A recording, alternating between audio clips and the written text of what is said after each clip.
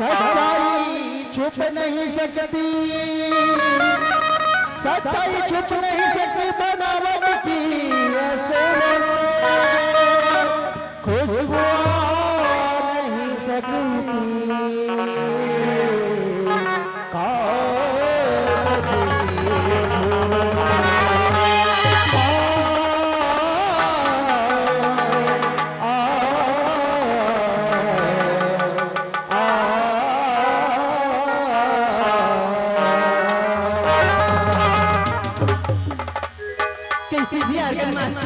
अरे बता ना वो मैं का कहता हूं। अरे काय कहते बता दा।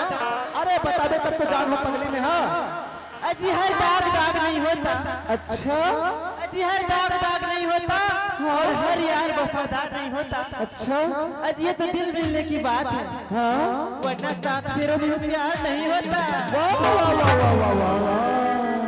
डिग्री से कहता हूं मैं यार। अरे काय कहते बता दा। अरे बता दे तब तो।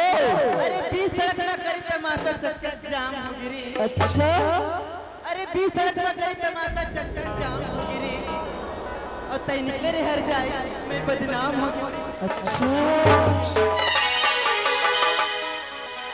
असरत है। अरे बता ना। दर्द दिल